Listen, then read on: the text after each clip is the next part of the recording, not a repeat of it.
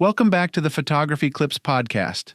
There are lots of quick creative workouts you can do daily to keep your mind in shape. Let's talk about a simple observation to help keep your creative mind at its sharpest.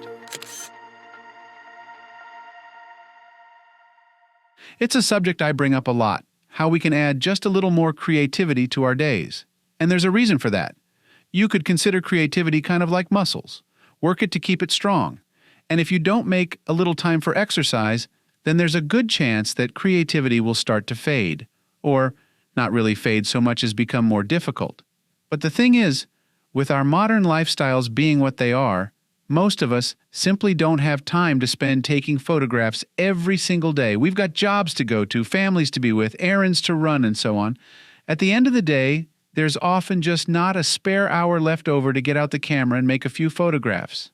So among the hustle and bustle, we need to find quick ways to keep our creative minds exercised. Simple observation, I think, is one way we can do that. It's certainly something we can do each day, a small exercise that we can do anywhere in the world, and it's not something that has to take more than a few minutes of your time. When you have a few minutes worth of downtime, give it a try. All you need to do is simply pause wherever you happen to be and observe. This could happen while you're stopped at a traffic light or when you're standing in line at the store. Think of all those times during the day that requires waiting for your lunch break to end or waiting for a load of laundry to finish. Sometimes you may find yourself stargazing out the window from your office. There are lots of little opportunities to pause and observe. Use these times, 5 minutes, 10 minutes, however much time you have, to really take in your surroundings. And the key is not just looking, but truly taking in your surroundings. Start by taking note of all the individual details you can find, the way a particular leaf curls, or the gleam of sunlight on a shiny car, the texture of asphalt. The more you look, the more of these small details you will start to see. Examine the lighting, either sunlight or the artificial light, filling the space you're in, and take note of the angle, how it casts shadows, and so forth.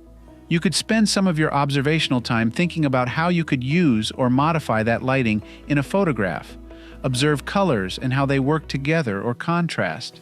Perhaps when you've spent a couple of minutes observing, possible compositions will emerge. And this is another thing you can think about, how you might compose an image wherever you happen to be observing. That's all it really takes to keep your creative mind exercised.